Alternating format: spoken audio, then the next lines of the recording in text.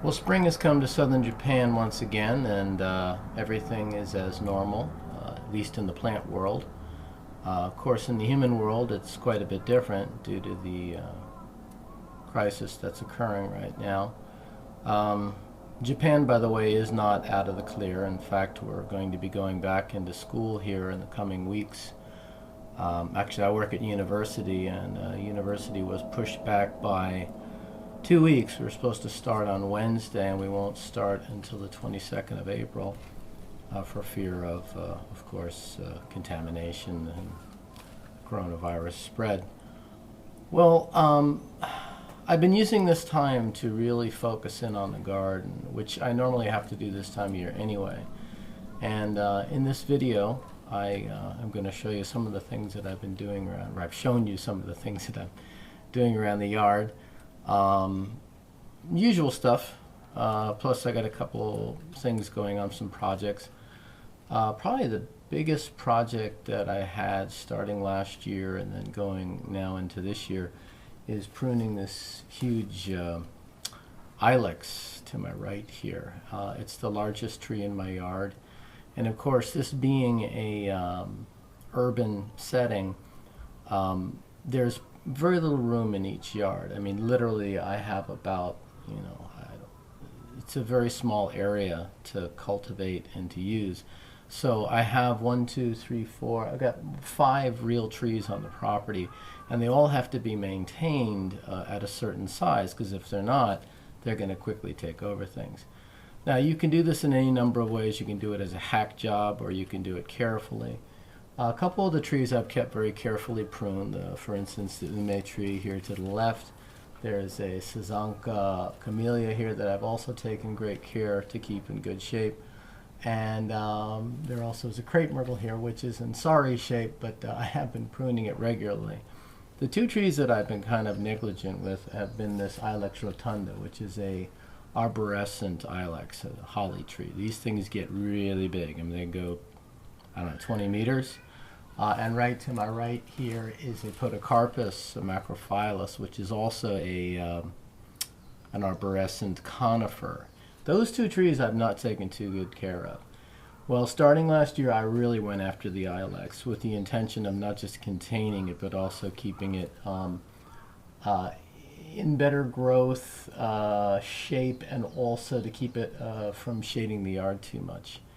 So this spring, I really went at it. As you can see, it has been pretty much denuded of all of its branches, except for a few primary branches.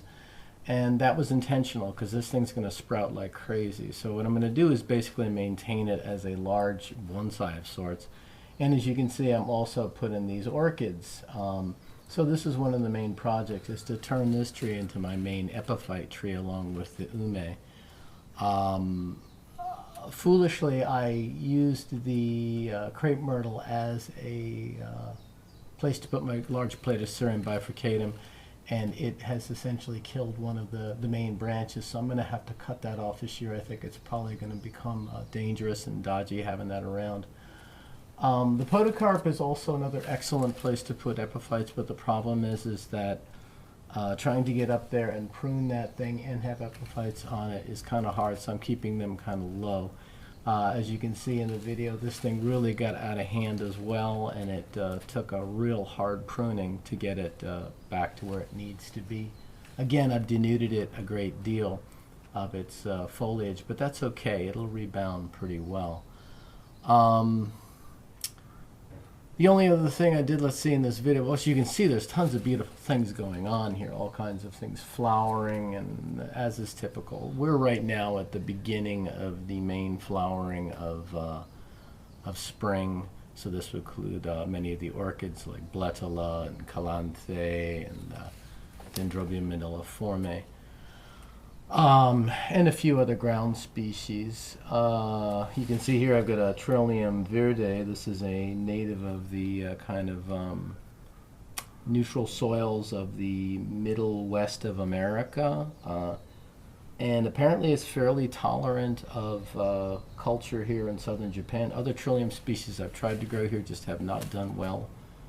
But this one seems to come back again and again. I grew this one from seed, by the way, seed that I got from a friend. And then, of course, here is the Rapis excelsa, and I don't know what variety this is. It's some kind of variegated thing that I've been growing for a long time. And also at the end of the, somewhere, I don't know where I'm going to put it in the video, but I also have the clips of me planting cycad seeds. Cycads, of course, when you handle them, you have to be very careful because any part of the plant contains a cycocin, which is an alkaloid that you do not want to certainly ingest, and I don't even like getting it on my skin, to be honest with you. So what I do is I use the gloves whenever I'm handling the fresh seed, and you'll see that I soaked the seed and then cleaned it thoroughly and potted those up and put them in the greenhouse. It's a little bit early to get any of the tropical things from the greenhouse back outside, so that's why everything is still in there for at least another month or so. Those seeds are Cycas revoluta, but they're the variety or the form alba, which means that they flush a kind of a white color and then they turn eventually green. These are quite rare, actually, and it is a genetically inherited trait. It's not some kind of a weird virus anomaly or something. So those are some seeds I bought this spring. I have the intention of selling those plants. Well, anyway, all of this has been very therapeutic for me in this time, and I hope that you enjoy watching me work in my garden and that it can help you pass the time as well in these difficult times.